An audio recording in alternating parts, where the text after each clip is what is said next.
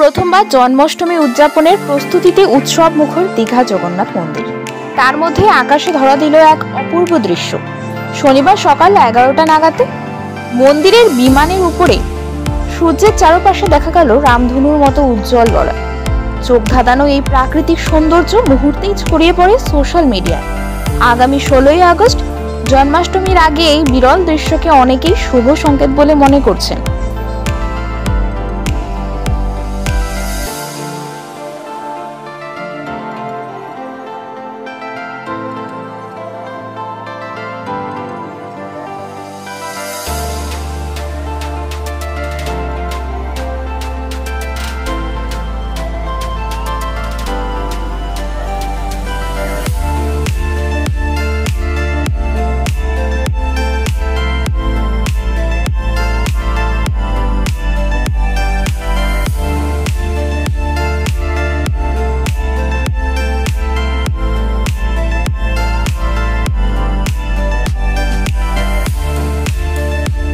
নতুন আপডেট পেতে সাবস্ক্রাইব করুন নিউজ আপডেট।